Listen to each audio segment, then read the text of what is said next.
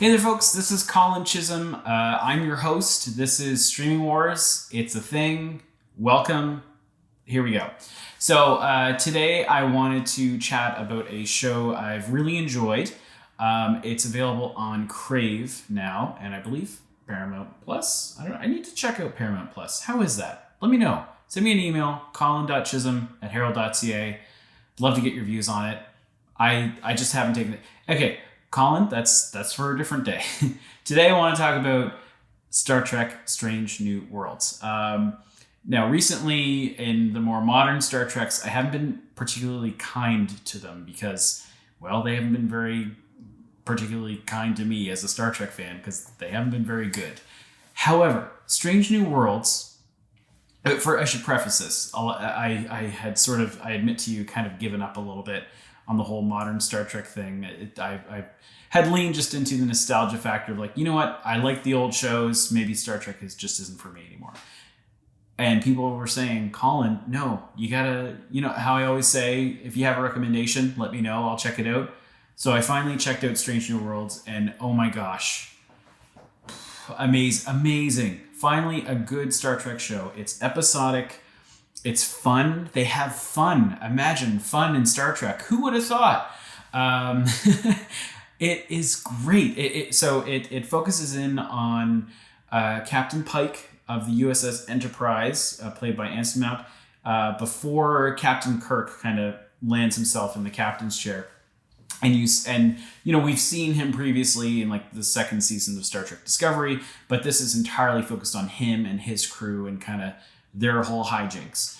But what makes Strange New Worlds such a success is that it doesn't have this, it's not one long story every episode, like at 45 minutes, part 1, part 2, part 3. No. Every episode is its own distinct kind of monster of the week, problem to solve, how are we going to do this? And it's so refreshing. It's very much so that old school Star Trek that we know and we love. And it's back, and it's so nice. I'm so happy. Season 2 has already been greenlit, which is fantastic. There's, it can be a little, like some of the computer generation of the space battles and stuff is a little hairy and that sort of thing. But otherwise, I think the costumes look really on point. The set design is fantastic.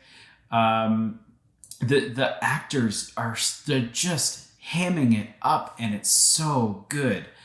One of my favorite episodes is Spock, who is in this one, yes, and his fiance have a little bit of a body swapping moment, and it is so campy and so delightful. I was like in tears laughing. It's like they answered my prayers. Like I can't tell you enough just how excited this makes me. So if you love the Star Trek from yesteryear, definitely check out Strange New Worlds. I think you're going to really, really enjoy it. And it gives me hope that Star Trek maybe does have a future after all. We still have another season of Discovery and Picard on the way. We'll see. I'm ever an optimist, so maybe things will improve there. But honestly, Star Trek Strange New Worlds this first season has been the best Star Trek thing I have seen since like Star Trek Deep Space Nine, which is saying a lot. That was back in like the 90s. Anyway, please go check it out. It's awesome. It's on Crave now. Go check it out. But if you have any other suggestions for me, comments, thoughts, let me know. I'm on email. Ever hear of email? I'm there. Colin.Chisholm@herald.ca. Would love to hear from you. But until next time, stay tuned for another episode of Streaming Wars coming at you pretty soon. All right. Bye-bye.